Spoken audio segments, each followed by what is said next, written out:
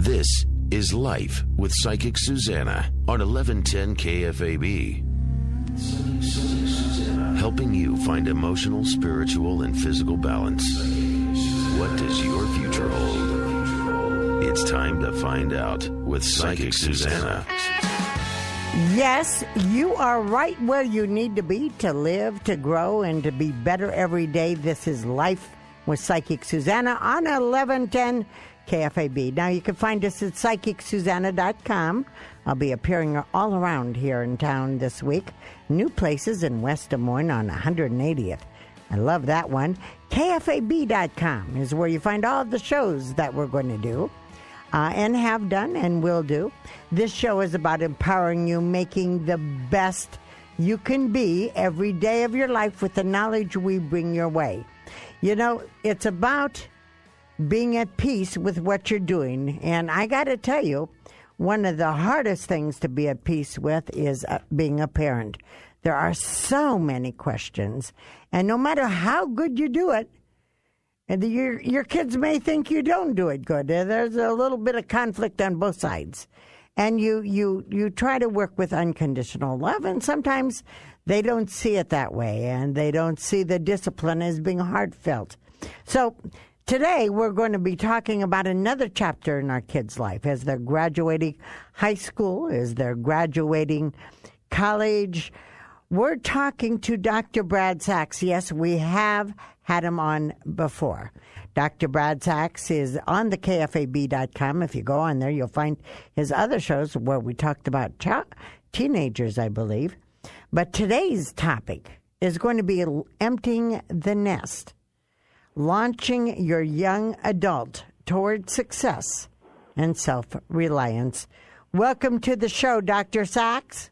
Thank you very much for having me back. Well, it's quite an honor. You know, I had a lot of wonderful conversations about people after our last show because you seem to know what you're talking about. Give me a background of your work, would you please? Well, sure. I mean, I'm a psychologist. I specialize in working with children and families and couples, and got 3 young adult children of my own and even a granddaughter. So I know these topics both inside and outside. Okay. And your website is Dr. Brad Sachs. No, it's just bradsachs.com. So, actually, either one will get you there, drbradsachs.com or bradsachs.com. So as we have our children graduating, and, you know, the market is saying it's a horrible job market, tell us how we help our children become independent and become self-sufficient. Well, one of the things we have to remember is that the conveyor belt that brings teenagers into young adulthood takes a lot longer these days than it used to take even a generation ago. And it's important that both the young adults as well as the parents understand that. Because, you know, a generation ago, you could graduate high school with a diploma, you could get a pretty decent job in industry and have enough money to marry, to get a house, to raise children, to get a couple of cars. And those days are long gone. The amount of time, the amount of training and education necessary to get the kind of job that gives you financial self-reliance takes many, many more years than it did even just a generation, and certainly more than a generation or two ago. So we have to remember that it's a lot more of an elastic, elongated process right now to reach self-sufficiency. And sometimes teenagers, as well as parents, make themselves miserable because they're not quite there as quickly as they'd like to be. Well, you know, one of my original thoughts is, you know, coming from a family, you know, to me, my life are my children, even though they don't talk to me, I still talk to them. But anyway, the family is number one. You know, there's no greater job than raising children and being there, and we make mistakes. The question is it wrong to let them come home after they graduate? Is it wrong for our children? When is it not healthy for us to be there and give our children money and give them support as they get into the world? How do we know that we're not enabling them to be weak? Well, that's a good question, because obviously, like you were saying at the beginning, in this day and age, in this economy, as we're working our way through this recession, there's going to be plenty of young adults who have to return home, whether it's because they can't get a job that gives them self-reliance, whether they need to save money to go on to some additional education or training. The idea of children leaving home and staying out of the house once they turn 18, like I said, is much more the exception than the rule these days. On the flip side, you're right. You don't want to underwrite or subsidize them to the extent that they lose the motivation to move ahead with their own lives and become independent.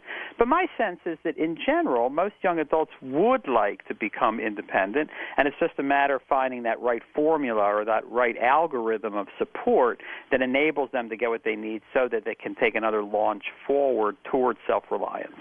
I have a couple of friends who have a son who's 20 and a son who's 22 living with her, not paying any rent. Now, that can't be healthy, can it? Well, I do think if there's going to be a young adult returning home and the young adult is, healthy and capable, there should be some expectations placed on him or her.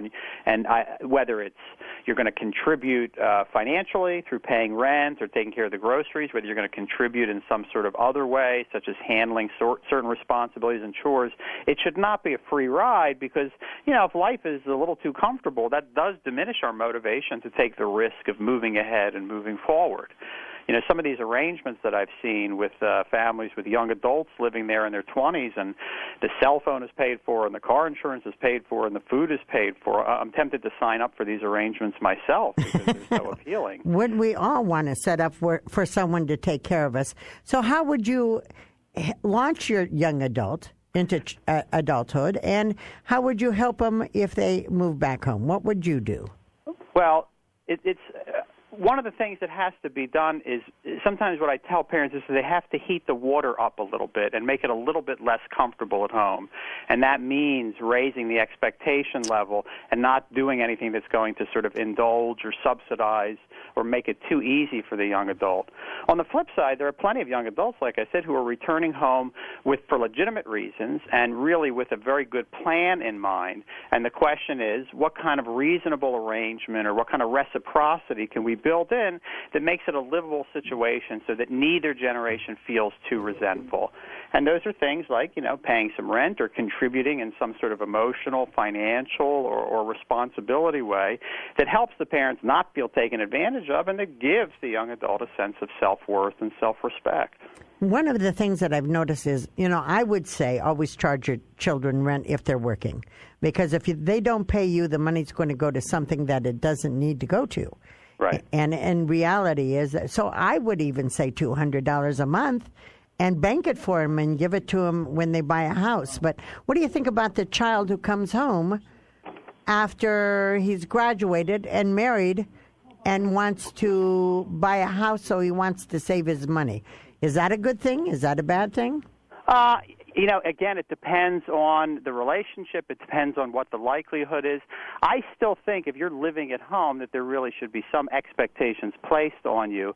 Perhaps, though, they don't have to be financial expectations. If the young adult is returning home because they want to save enough money to go to graduate school so that they can get a degree that's going to give them self-reliance, we might want to let them off the hook, but that doesn't mean that they don't live there with some respect for our rules, that they don't in some ways contribute in other meaningful ways to the household functioning. So I don't think it always has to be fiscal, but there has to be some understanding that, you're an adult now and we're not here just to indulge you or cater to you or make sure that all of your needs are met. Okay, we're going to take a little break, Dr. Sachs. We'll be right back with you.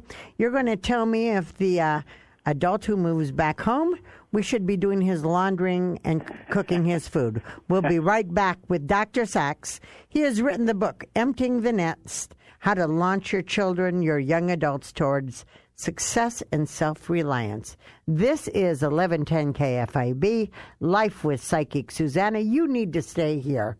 We'll grow together.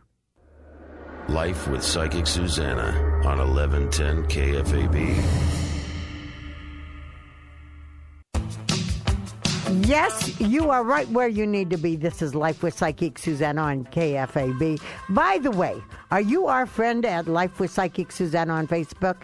If not, why not? You get an inside glimpse of who's coming on air. Also, join me on Suzanna Stickney on Facebook, because I like to give you where I'm at every day, but I also like to give you my intention, and what my intention the other day when it was all about peace the other day. Today is all about living in the moment, having joy. I went to, we'll talk about what I did earlier today, quite exciting. But right now, we're right here with Dr. Brad Sachs. He wrote the book, Emptying the Nest, Launching Your Young Adult Toward Success and Self-Reliance. And Dr. Sachs, I love that you say it's okay for the children to come home, because I'm a big Mother Earth kind of woman. I want to take care of people. I want to take care of my children, and if they can't look to their parents for support, where can they? So how do I know when I'm over-supporting or becoming a smotherer rather than a motherer? Well, the basic indication is what kind of movement forward are you seeing in your young adult child? I mean, if you are seeing signs that he or she is taking care of business, A, by contributing in meaningful ways to the household, and B, by laying the groundwork for another foray or launch towards independence, then that tells you that the basic equilibrium or the basic formula that you have in place is working. But if you're starting to see signs that those steps forward are not being taken, or your inner instinct is telling you that you're starting to feel resentful, exploited, taken advantage of, then it's time to have an adult conversation with this young adult child and say, I was happy to welcome you home, but it doesn't appear like you're thriving. It doesn't appear like the conditions here are optimal for your growth, and maybe we better take another look at this and reevaluate and revisit this current arrangement. Is it okay to give them a deadline, like, say, 2 months? You either start paying a couple hundred rent or you find yourself another place? Yeah, absolutely. I mean, at a certain point, I don't advocate any kind of, I like the money thing. I'm a shopper, Doc. Let me go there. Say it again? I'm a shopper. Let me go with the money thing. I like that. No. I mean, I think the money thing it's very appropriate. I mean, I think money is a currency that's a very meaningful one. And I do like the idea of a plan. I mean, for me, I sometimes call deadlines lifelines, because it's only when we have a deadline that we take steps forward in our life. And I think it's wait. Can I repeat that? Deadlines are lifelines? Yeah. Because I love that. I'll tell you, I don't think I would have finished any of my books if I didn't have a deadline from my publisher, and that's what kept me alive as a writer. Otherwise, we would just sort of meander through without having to do what needs to be done and pull the trigger. So, yeah, in this context, absolutely. At this particular point in time, we will expect you to be paying a certain minimum amount of rent, or, we'll have to ask you to leave. We're not crazy about this idea. We're not doing it because we don't love you or because we don't care for you. But unless we see evidence that you're thriving, we wouldn't be doing our job as parents to let you stay under these current conditions. Okay, what if they can move back home? I'm still doing their laundry and cooking for them. Is that okay? I don't like the laundry thing. I think that's too much. But I mean, again, it depends. Look, if your young adult has moved back home, is working 10 or 12 hours a day, and going to school part-time, and you have some time, I don't think it's a terrible thing to make a meal or to, help out, But in general, I think there should be as much independence and self-reliance expected as possible, because, like I said, that's the approximation, that's how we rehearse for real life. In real life, we usually don't have someone making our meals for us and doing our laundry for us. We have to do it ourselves. And the question with that, and also, all right, let me go one more point about emptying the nest, because I'm a nest builder. I love my family. The other day there was a hobo and his wife with a shopping cart. I wanted to take him home. I only gave him money, and I thought about taking him home, and then my husband would have killed me. But anyway. Right. How do we know as a parent if we're enabling them? How do we know? Give me a signpost. I need a signpost to know I'm making healthy adults. Can I let my son with a couple kids move back home with me, with his wife, if they want to build a home? Well, again, first of all, we have to remember a couple of things. Yeah. One is, Geography doesn't define self-reliance. There are plenty of young adults and adults who are living away from home who are completely dependent emotionally and financially on their parents. And there's plenty of young adults and adults who live at home with their parents who really are quite independent, both from a fiscal standpoint and also an emotional standpoint. So the issue isn't just one of location or residence, because independence, self-reliance, self-sufficiency, those things either occur or don't occur wherever we live. Okay. Now, it is legitimate, though, for a parent to say, look, you're married and you have a couple of kids. If you want to move back here while you're building your house or while you're doing what you need to do or because you've fallen on some hard times, we're willing to cobble together a temporary arrangement, but these are what the conditions are going to be. It shouldn't be seen as some moratorium on responsibility or some abdication of what needs to be done to be a functioning adult. So, one of the things I've noticed, one of the reasons I wrote the book is because, this recession hit and it changed everyone's lives. Parents no longer had the money to send their child to a 4-year residential college, and students getting out of college couldn't get jobs. So it changed the entire landscape. But nevertheless, the basic fundamental building blocks of self-regard and self-concept and self-assuredness, those remain the same wherever you live. Okay. I must tell you, this past weekend, one of my appearances, a man and a woman came in, and the man had moved back home with his one child. The woman was trying to get pregnant, and the mother was abusive to the daughter-in-law. Now, what makes the man allow that to happen? That dumbfounded me. So let me make sure I understand. Yeah. This man moved back in with his mother?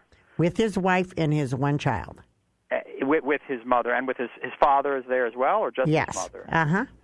And the mother is abusive to his wife, the daughter-in-law? Verbally, yes. Well, what did he say regarding why he puts up with that or allows that to happen? Well, I told him to man up. I'm sorry. I just told him to man up. I said, how dare you put your mother of your child through that? But what makes a child feel that he can't be on his own, can't do things on his own? I mean, the man worked 40 hours, 50 hours a week. I mean... Well, it's a good question. I don't know the details. I mean, if he's working full-time, it seems a little bit unlikely that he needs to be at home. And that's where things get a little complicated because, a lot of times young adults return home not because they're really laying the groundwork for a plan or kind of clearing the flight path for their eventual departure. They come home for reasons that might not be good ones. Maybe they come home because they don't have enough self-confidence in themselves to function autonomously. Maybe they come home because they feel out of loyalty, out of fidelity to their mother or father, they should come back home and take care of them or keep an eye on them.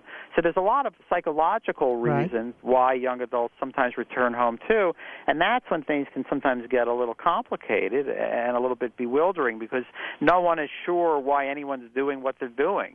The son may feel like he's sacrificing his own life and his own marriage to take care of his mother. And a lot of times right under the surface there are other motivations and other initiatives that prompt us to make these kinds of decisions. We're going to take another break with you, Dr. Sachs, and we'll be right back. We are talking to Dr. Sachs, who wrote this wonderful book.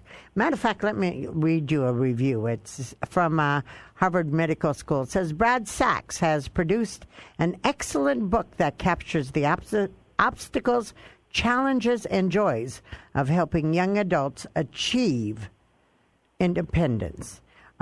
This is Emptying the Nest with Dr. Brad Sachs, Life with Psychic Suzanna on 1110 KFAB. Life with Psychic Suzanna on 1110 KFAB. She knew I was going to say that. Yes, this is Life with Psychic Suzanna on 1110 KFAB. Please find us at Psychic Suzanna, where you get one free question.com or KFAB.com. Join me on Facebook. My God, I love Facebook. If it's your birthday, I get to say happy birthday. I love that. I love that. I mean, who thought of this Facebook and tweeting? I love it. I love it. We're coming back with Dr. Sachs, who wrote the book Emptying the Nest. Dr. Sachs, I want to thank you again for being on our show. You are a fountain of knowledge, and I really appreciate it. Last time we talked about the good enough teen, and we might talk about the good enough child next time. I enjoy having you on. Tell us how we can get a hold of you, where we can find the book, and if you could give me three rules that I can tell that I'm not a bad mother. Well, you can reach me. Easiest way is through my website, and it's drbradsachs.com, drbradsachs.com. And that's probably the simplest way. You can email me through the site, and it has information about the books. And you can order all the books through the site, through any of the online booksellers. And most of the big chain bookstores will carry them as well. So libraries have them. They're not too hard to get a hold of. They're not too hard, and your website is quite informative. Okay, three things to know that I'm empowering my child to be self-reliant. What do you think? Well, one of the things that I tell parents that's very important to do at any stage of development, but certainly at this stage, is the importance of having more faith in your child than your child has in him or herself. Oh. Because life is tough, and particularly as you're crossing the threshold into the cold, heartless, hostile world, a lot of times it's easy for a young adult to lose faith and experience a great amount of self-doubt, doubt that interferes with their capacity to summon their strengths and, capitalize on their abilities and overcome their weaknesses. And they turn to us, even as young adults, for that kind of belief, that kind of faith. And so when we have more faith in our children than they have in themselves, they sort of soak it up and they absorb it, they internalize Wonderful. it. Yeah. And that tends to become the fuel for their own development. So that would be one thing to do. Mm-hmm. Another thing to do is to make it clear that they are going to be loved and accepted simply for being who they are rather than who we wish them to be. One of the things that keeps young adults tethered sometimes and keeps them from taking the risks of moving on with their lives is they constantly feel like they're not going to be good enough, which is why I wrote a couple of those good enough books. Oh, my God, we're out of time. We're going to have to call you back so we can find out more how to be the better parent. This is Life with Psychic Suzanna on 1110 KFAB. Stay tuned. We'll be right back with you.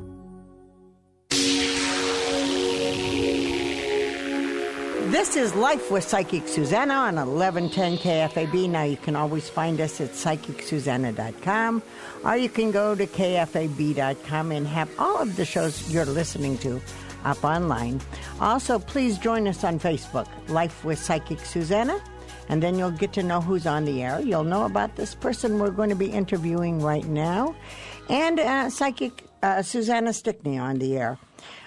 We're going to be interviewing an author that has, for 3 decades, been involved in the media. She's been a writer and consultant.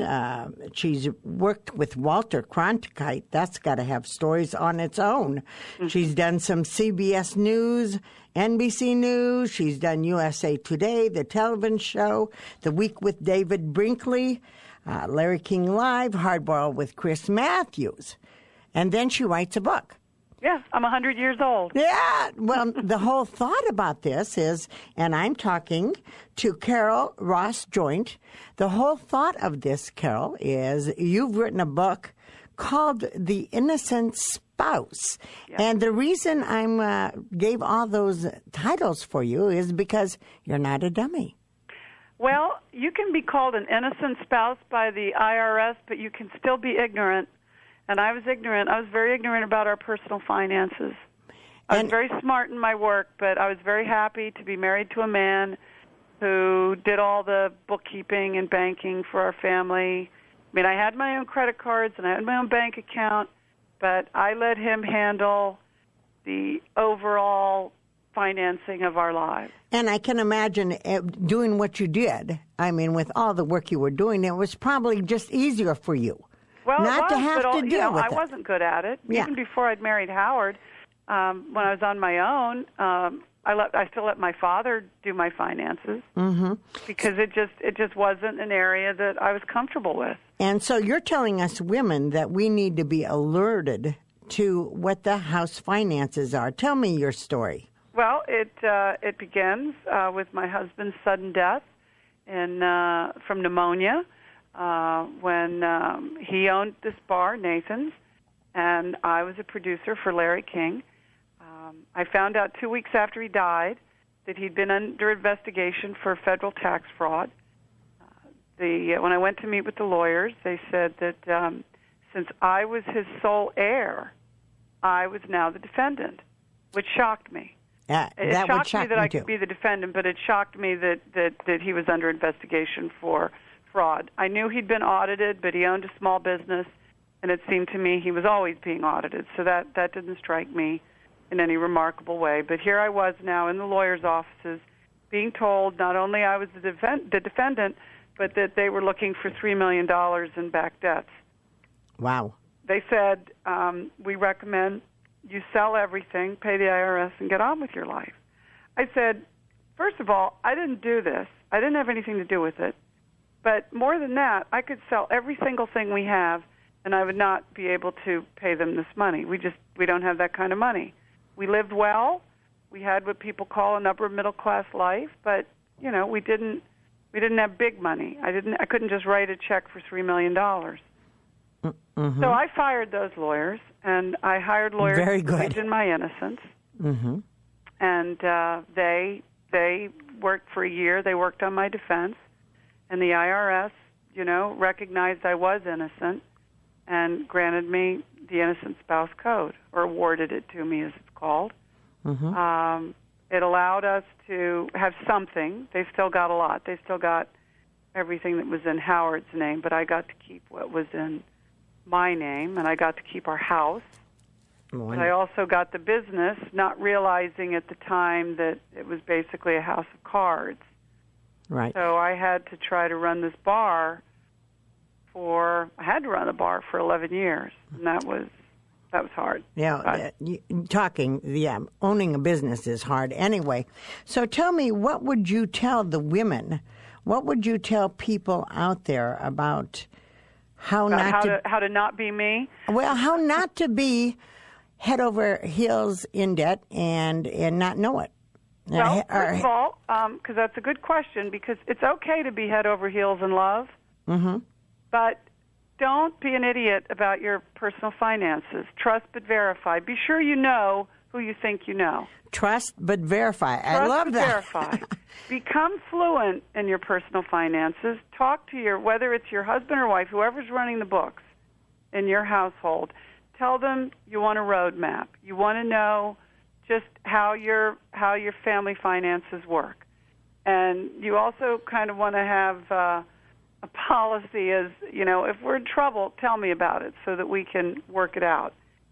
And if you're about to get married or go into a legal partnership, don't be afraid of a prenup. They're not just for rich people and movie stars. They mm-hmm. really exist for a reason, and they can protect you and maybe make your marriage stronger. And if you do find yourself in the crosshairs of the IRS, get a lawyer, because the IRS and lawyers talk better to each other than we talk to the IRS. The IRS can be intimidating. A lawyer's going to protect you. Mm-hmm. And at every income level, you can find a lawyer. And if you don't have any money, you can probably find a big firm, where they do pro bono work, who will represent you. I think the thing that really shocks me and stuns me and is interesting about your book is being the innocent spouse.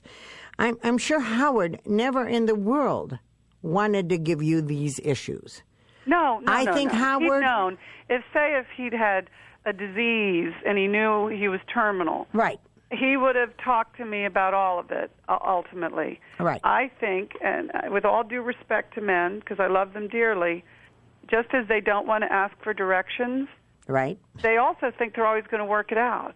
And when they have a lot of balls in the air, financially, they think they're going to work it out. And they probably feel they're immortal. Yes. Yes, most men feel they're immortal. Well, who wants to come home from work and say, I haven't been paying taxes? Yeah, you're right. Maybe you always think you're going to do it, but it doesn't seem like the right time or the right day. But I don't mean it as a dark question, but do you really know the person you're married to? Well, again, I think Howard is also an innocent spouse because he really, I'm sure, wanted to protect you. And he did want to protect us. He was very used to his father's money, and then his father died, and he lost that safety net. Yeah, and he had an inheritance, but it wasn't big enough to subsidize the business. And his father had been subsidizing the business, and when that subsidy was gone, Howard was on his own, and he lost his way. Okay, you're talking now to the Midwest, okay? Yeah. So we're young, we're innocent over here.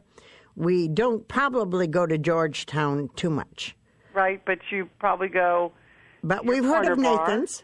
We heard of Nathan's. Mm-hmm. Now, you made Georgetown a Q&A cafe. What is that? I created, there I was in a bar, not ever having worked in one. My career was entirely in journalism and television. And after the September 11 terrorist attacks, I decided to create a talk show in the bar, probably the only talk show in a bar. How wonderful. And once a week during lunch, I'd bring in some kind of notable guest. Washington's full of them. And it's full of itself, but it's also full of notable people. Mm-hmm. And I would interview them during lunch. And it was shot on camera for cable TV. And it gave me something to do within this business, something to do that I understood within this business that I didn't understand. So it was great fun for me. So I created the Q&A Cafe almost 10 years ago, and when Nathan's closed, I moved it to a hotel in Georgetown where I still do it now once a month. Wonderful, wonderful. It is. You also have a website, which is, can you tell us about it? I have CarolJoynt.com, and it's Joynt, CarolJoynt.com, and then there's a website, InnocentSpouseBook.com, and I'm also on Facebook. Well, you know what, I love hearing from people. And you know what I looked up last night is the New York Social Diary. Social Diary. You know, that's rather fun. It is fun. It's fun. And I love my editors because they kind of let me write about whatever I want to, social or not. So one week I might be writing about a party, but the next I might be writing about this fellow Dominique Strauss-Kahn who's in all that trouble up in New York. And next week I'm going to write about a fabulous new burger place that just opened up here. Wonderful. Because I love a good burger, and I know you know about burgers in the Midwest because that's where the meat comes from. That's where the meat comes from. The Midwest is where life begins as far as... It's beautiful out there. Thank you. I loved driving through the Midwest when my son and I did a cross-country road trip. It was just spectacular. There are miles you can go without seeing cement, but what you're on. And it was so important for me to show him that because he's grown up in a city. Right. And I said, you've got to see what America looks like. And what a blessing that you did that for him. So is there any last words you want to leave with us on this subject? Well, two last words. One, if you're in a bind, you can get through it. My book has a happy ending, and you'll see that. And go to your local bookstore and buy Innocent Spouse. And if they don't have it, please ask them to get it. But on my website, there are links to all the mail-order booksellers. Okay. Thank you very much for joining us. You have been a true pleasure.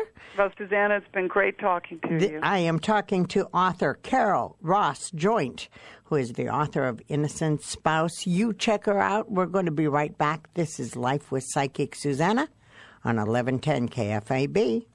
By the way, Jim wants me to remind you, we're waiting for your calls. The number is 558-1110, 1-800-543-1110. We're going to now talk about your future and how you can make it work for you. This is Life with Psychic Suzanna, 1110 KFAB, the only place you want to be. This is Life with Psychic Suzanna on 1110 KFAB.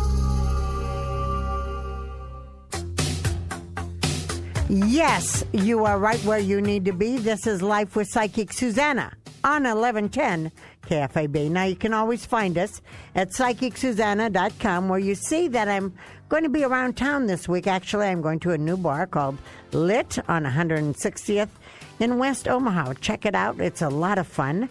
We're also at KFAB.com. Monday, by the way, I'm in Council Bluffs. How cool is that? But anyway, You go to the Psychic Suzanna, you find the schedule. Also, join me at Susanna Stickney on Facebook. That's where you get the daily things that I'm doing. I try to empower you every day by telling you what I'm trying to work on in me. We're all working to be better. We're all striving to get through this day the best we can. And let my thoughts come with your thoughts, and maybe we can bring peace to the world. Let my thoughts become your thoughts, and we can forgive our past. And we can forgive ourselves for what we've done wrong.